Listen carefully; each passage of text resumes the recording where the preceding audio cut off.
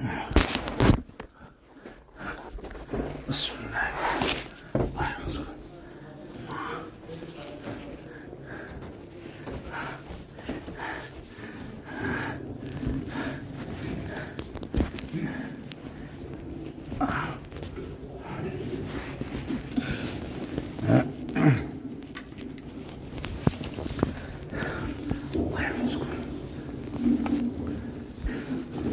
أعوذ بالله من الشيطان الرجيم. بسم الله الرحمن الرحيم. الحمد لله رب العالمين، حمدا كثيرا طيبا مباركا فيه، والصلاة والسلام على سيدنا ومولانا محمد صلى الله عليه وعلى آله وصحبه وسلم أجمعين. السلام عليكم ورحمة الله وبركاته. وعليكم السلام. Est-ce que vous pouvez avancer, s'il vous plaît? Taqaddamu, avancez, s'il vous plaît. Car là, je vois les organisateurs occupés de ranger les rangs. Alors, s'il y a un trou devant vous, avancez. S'il n'y a pas, restez. Ou bien, c'est pas la peine de rester serré comme ça dans le même rang. Vous pouvez soit avancer, soit reculer un petit peu. Soyez à l'aise. Il y a, oui, comme ça, c'est bien. Le prophète, alayhi salatu wassalam, il nous a demandé toujours d'avancer et qu'il ne reste pas un trou de la mosquée. Chaque trou, il y a le diable. Il y a le diable dans chaque trou, dans les rangs. C'est pour cela qu'on ne doit pas permettre au diable de s'asseoir à côté de nous. On vient à la mosquée pour se débarrasser du diable, n'est-ce pas? يعني النبي عليه الصلاة والسلام قال إنه في كل فرجة في المسجد شيطان، يعني في الصفوف. لهذا نملأ الصفوف.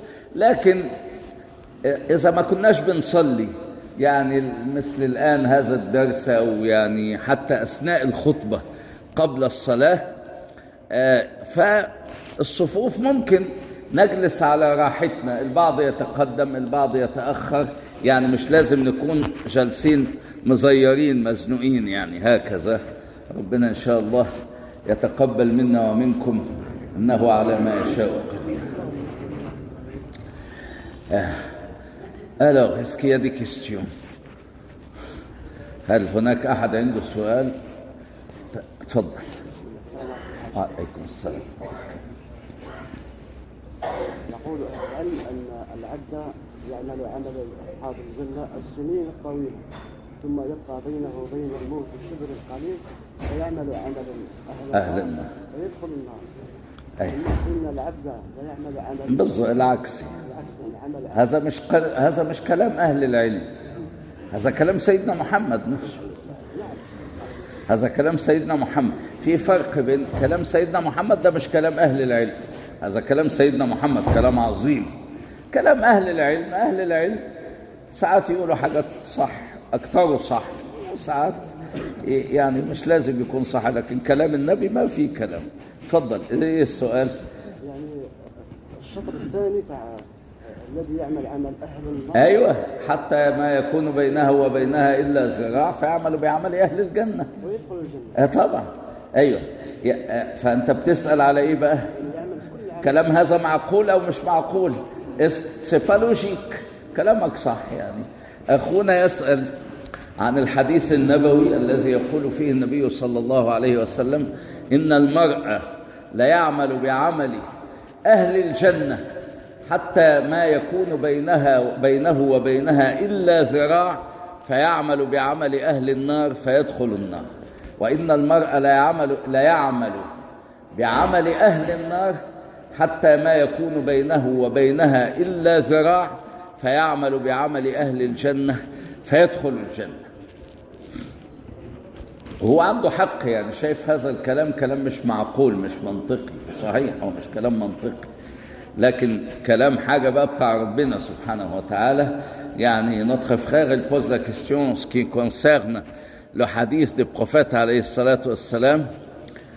Le prophète il nous a dit que parfois l'être humain, il fait les bonnes œuvres jusqu'à la fin de sa mort, alors il commence à faire le mal et il meurt pendant qu'il fasse le mal et il fait les œuvres des gens de l'enfer. S'il meurt comme ça, alors il fait partie des gens de l'enfer. J'ai bien traduit? Et aussi, il y a des gens qui font toujours les œuvres des gens de l'enfer jusqu'à ce qui leur sépare de l'enfer, c'est la distance d'un bras. Et ils font, en ce moment-là, ils commencent à faire les œuvres des gens des paradis, ils le font, ils meurent là-dessus, alors ils seront parmi les gens des paradis. Notre frère, il voit que c'est pas logique et je partage son avis. C'est pas logique, malgré que c'est la parole du prophète alayhi salatu wassalam, et le prophète est véridique, c'est la vérité. La vérité, c'est pas la peine qu'il soit logique ou pas logique. C'est quoi logique? Logique, ça veut dire ce qui est accepté par notre cerveau, notre raison. Mais la réalité, nous ne comprenons pas beaucoup de choses, même dans notre vie. Hein? Ton collègue au travail, toi, tu es plus éduqué que lui.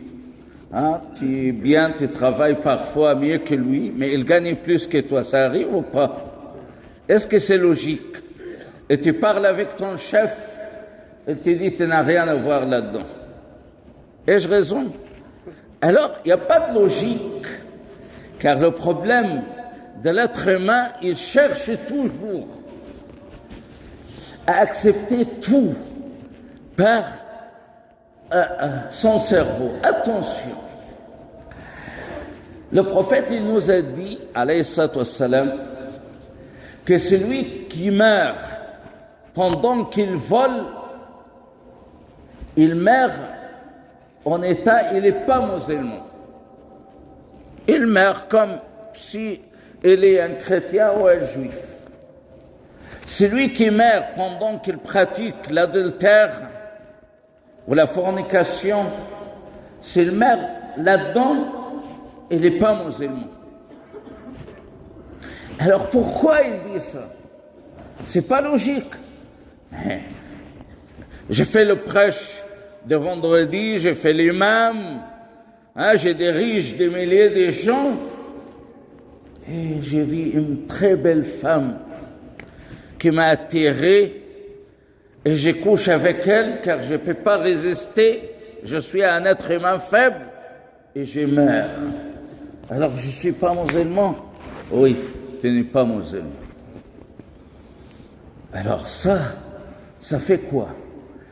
Ça attire notre attention de ne pas faire les grands péchés, car on ne sait pas quand est-ce qu'on va mourir. On ne sait pas le moment où on va mourir. Alors, il faut éviter tout ça. Il faut se protéger. Il faut se préserver de grands péchés. Les péchés capitaux, tuer, voler, la fornication, etc.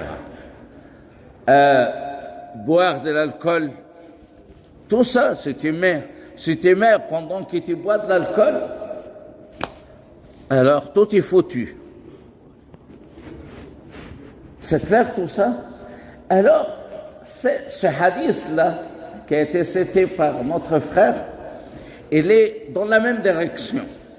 Il y a des gens, parfois le prophète, il s'est étonné pendant le combat de Badr. Il y avait quelqu'un qui était contre le prophète pendant le combat. Il a tué des musulmans. Et brusquement, celui-là est tourné pour tuer les gens dans son camp. Et le prophète, il savait qu'il s'est converti à l'islam pendant le combat. Et le prophète, il a donné une grande sourire. Ils l'ont dit, mais pourquoi? Il a dit, c'est bizarre.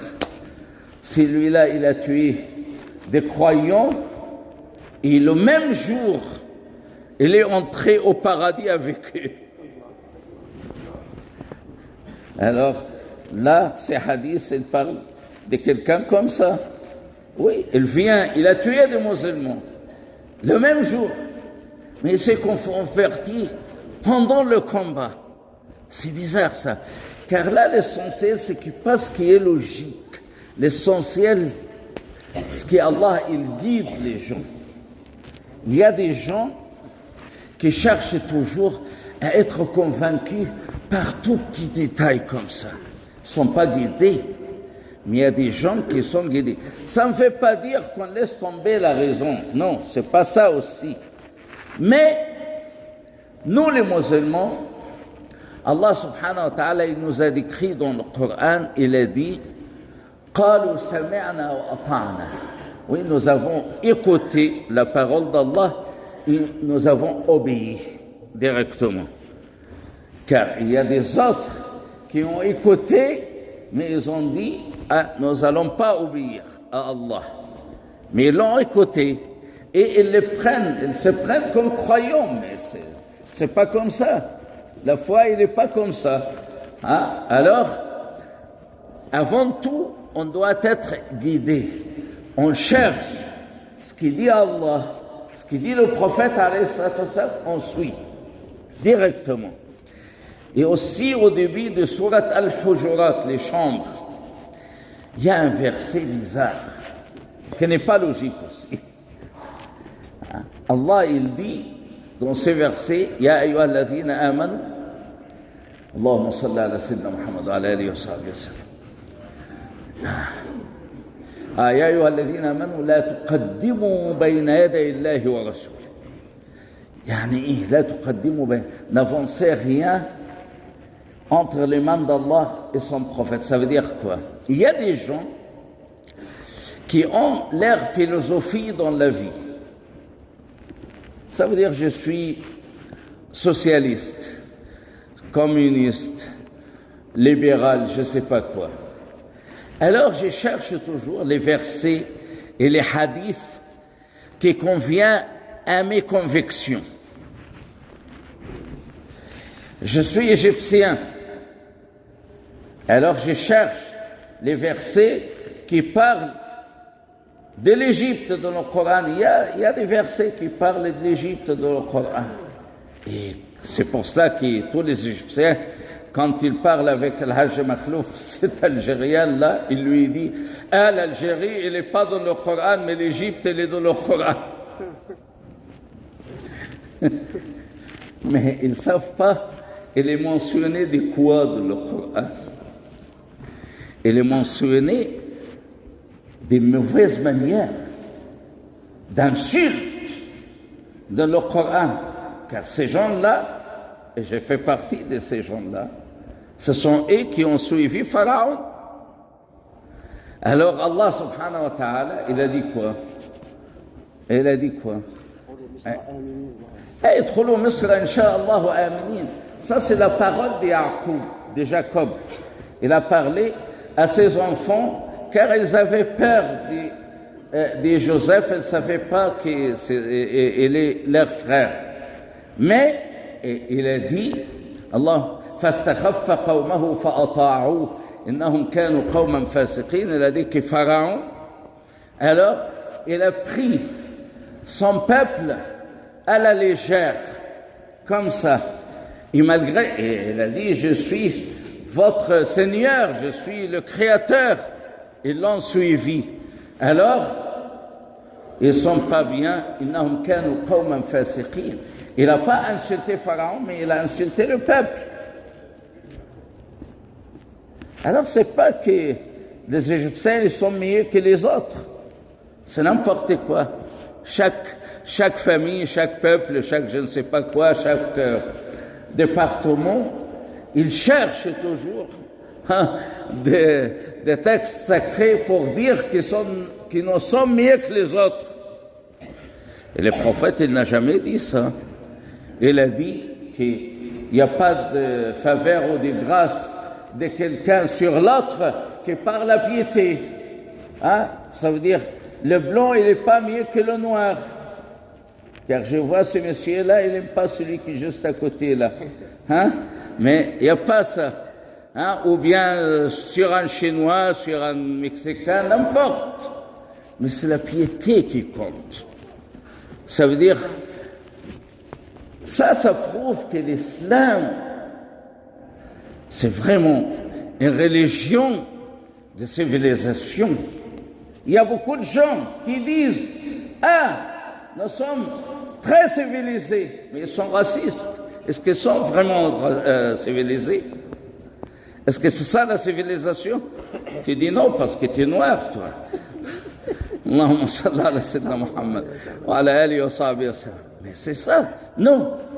C'est n'importe quoi tout ça. Mais l'islam, pour celui qui le sait, oui, c'est la religion, on doit être fier d'être musulman, fier. On ne cache pas sa religion. On parle avec tout le monde dans notre religion et de sa civilisation. Mais parfois, ils vont te dire « Ah, mais vous tuez des gens. » Oui, il y a parmi nous qui font ça. Des gens qui font ça, c'est vrai. Mais ils sont combien? Mais parmi les autres, hein? Il y a 2 jours, 3 jours, il y avait des assassinats, n'est-ce pas? En Iran, en Liban, etc.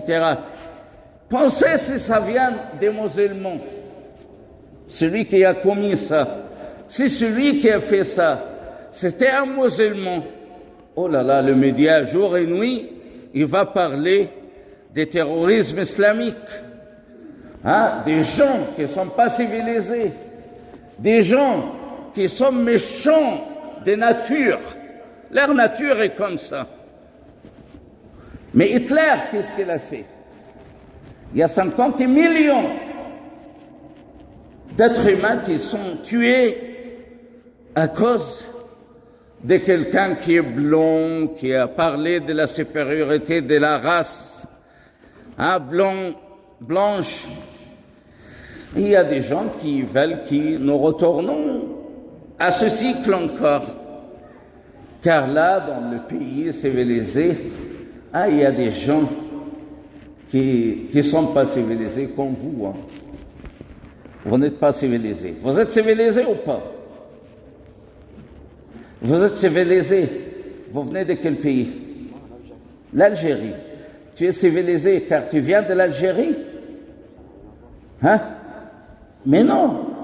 Je suis civilisé car je viens d'Égypte. Celui-là, il vient du Sénégal peut-être, je ne sais pas, ou du Mali. Il est civilisé car il vient de ces pays. On est civilisé car nous suivons quelqu'un respectable qui s'appelle Mohammed. Est-ce clair?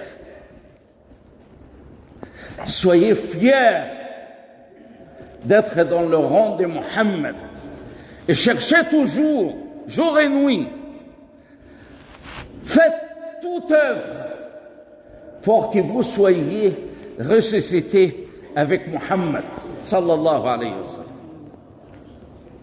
Ça mérite les efforts, tout ça, ça mérite les efforts. Ne soyez jamais victimes. Il y a des gens, des jeunes comme celui-là ou celui-là, des jeunes qui disent on va prendre la fuite de la France car il n'est pas, c'est pas le pays de l'islam. Il y a beaucoup qui ont pris de la fuite. Non, prenez pas la fuite. C'est notre pays, on est là, on va vivre là. Et je serai enterré là, ici, à côté de mes enfants, à Gennevilliers. D'accord?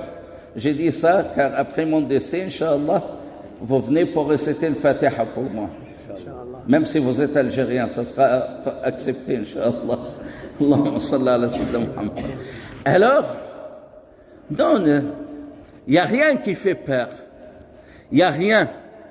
Ah, il y a des gens qui nous fait mal par leurs paroles. Alors, combien de fois le prophète alayhi salatu wassalam et ses compagnons ont subi ça? Il y a Abu Bakr, on a parlé récemment dans la série de prêches sur Abu Bakr, qu'Abu Bakr il a été frappé jusqu'à ce qu'il a perdu la conscience, mais il n'a pas arrêté. A retourné à déclarer l'islam, sa conversion à l'islam devant tout le monde. Chaque fois qu'il va autour de Kaaba, ils font la même chose. Les Qurayshites, et Omar ibn al-Khattab, et Bilal, et je ne sais pas quoi. Est-ce qu'ils ont pris la fuite? Non. Ils restaient jusqu'à ce que Allah subhanahu wa ta'ala, il a donné l'ordre au prophète alayhi salatu wassalam, car il commence à tuer les gens et interdire toute vente et tout achat vers les musulmans, etc. Alors, c'était insupportable. Mais là, quand tu vas à un supermarché, tu achètes ou tu n'achètes pas? Oui, qu'est-ce que... Quand tu viens à la mosquée, combien de gens qui t'attendent à l'entrée ou à la sortie de la mosquée pour te frapper? Il y a beaucoup. Il y en a beaucoup. S'il y a des agressions, parfois, oui, on peut supporter tout ça. Il n'y a pas de souci. Ça arrive. Peut-être que quelqu'un me tue ou qui dit, mais tout ça, ça reste des choses individuelles. D'accord? Ça ne doit pas faire peur. Et vous, les jeunes, prenez votre chance. Le problème, c'est qu'à mon avis, que la France, elle perd beaucoup. Surtout car, les femmes musulmanes, ils n'ont pas le droit de travailler avec leur foulard. Mais ce sont des filles qui ont eu leur éducation en France à la charge de l'État. À la charge. L'État, il a payé beaucoup pour ça. Et après, l'État, il dit, je n'ai pas besoin de votre travail. D'accord. Alors, la plupart de ces filles-là, elles travaillent dans une économie parallèle, si vous constatez ça, partout. Il y a maintenant, je ne sais pas, j'étais allé chez un dentiste il y a quelque temps et j'ai vu que l'infirmière, il a son voile. Oui, il travaille dans le secteur privé. Il cherche. Peut-être, car il m'a dit ça un jour, que ce travail-là, il n'est pas à l'auteur de son éducation. Il est plus éduqué de ça, mais il supporte ça pour gagner sa vie, pour nourrir ses enfants ou bien aider son mari, n'importe. Ce sont des femmes, enfin, courageuses qui veulent vivre et servir leur famille et leur pays. Il y a des gens qui ne comprennent pas ça, c'est pas grave, ça ne nous gêne pas d'y vivre, n'est-ce pas? Ai-je raison, ya Hajj? Ai-je raison? C'est vrai. Alors, non, on n'est pas faible.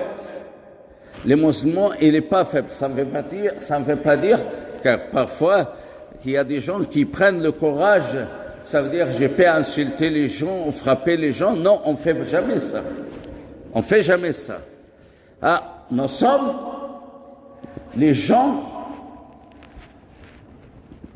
qui sont envoyés à la terre pour répandre la miséricorde, comme le prophète alayhi salam. Les musulmans, c'est un synonyme de quoi? Miséricorde, pitié, aider. Tu aides n'importe qui. Tu ne regardes pas, est-ce qu'elle est musulmane ou pas, musulmane ou pas. Tu portes, quand tu vois une femme, une vieille femme, au marché, hein, tu portes sa marchandise. Car le prophète, il nous a appris ça. Un jour, il a pris ça, il a aidé une femme jusqu'au milieu de sa maison. Il a porté son fardeau, ses achats à la Mecque. Et quand elle est entrée chez elle, il lui a dit: ah, mon fils, ah, tu es très gentil. Il parlait au prophète, tu es très gentil, tu es très aimable. Je te donne un conseil. Il y a un fou à la Mecque, j'ai entendu cette parole-là. Il y a un fou à la Mecque qui s'appelle Mohammed. S'il le rencontrait un jour, ne parlez pas avec lui. Et le prophète, il rit. Il lui a dit: qu'est-ce qui te fait rire, toi? Il a dit: Ya khala, ça veut dire tonton. Ya khala, c'est moi, Mohammed. Il a dit: c'est vrai ça? Il a, oui, c'est moi, Mohammed.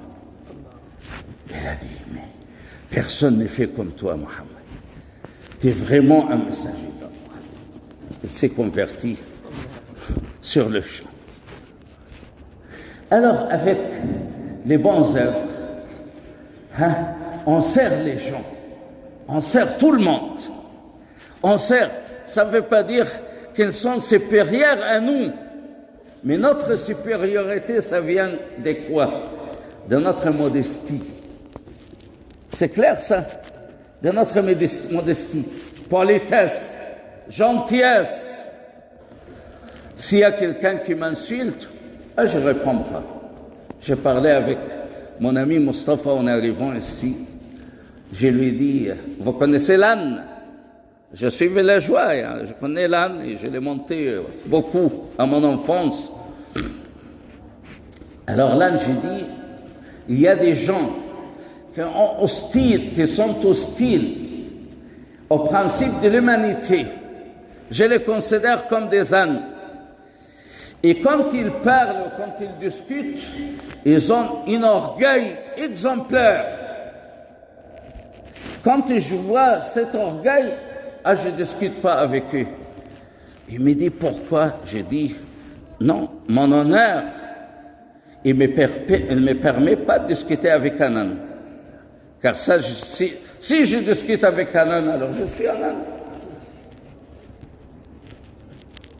Alors, s'il y a un âne ou quelqu'un qui t'insulte, tu te dis n'importe quoi, laisse tomber. Et le Coran, il a dit: خذ العفو وأمر بالعرف وأعرض عن الجاهلين. Alors, soyez pardonneurs et ordonnez le bien et laissez tomber les paroles des gens ordinaires qui sont des ignorants. Quand quelqu'un ignorant, il parle méchamment de l'islam, des prophètes, laisse-le parler comme il veut. Ça ne changera rien.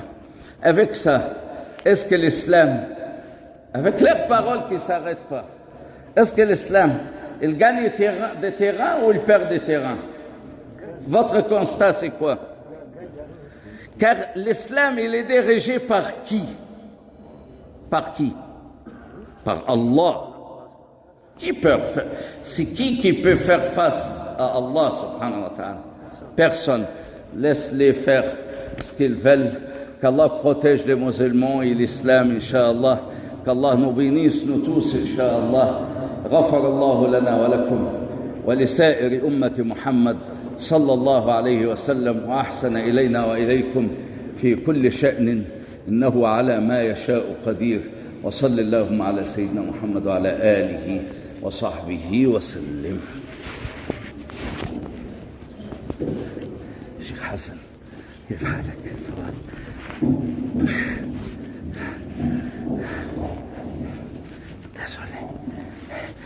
بص خليه هنا كل سوء بس. اللهم صل على سيدنا محمد. Je peux voler ça? Désolé. C'est bon, c'est bon. Ça, c'est le reste musulman, il y a des bénédictions là-dedans.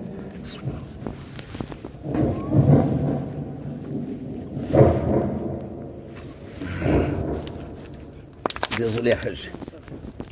Barakallahu fik. Bismillah, salatu wassalam.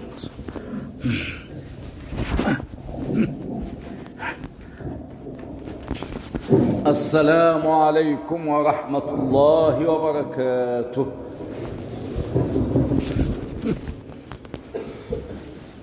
الله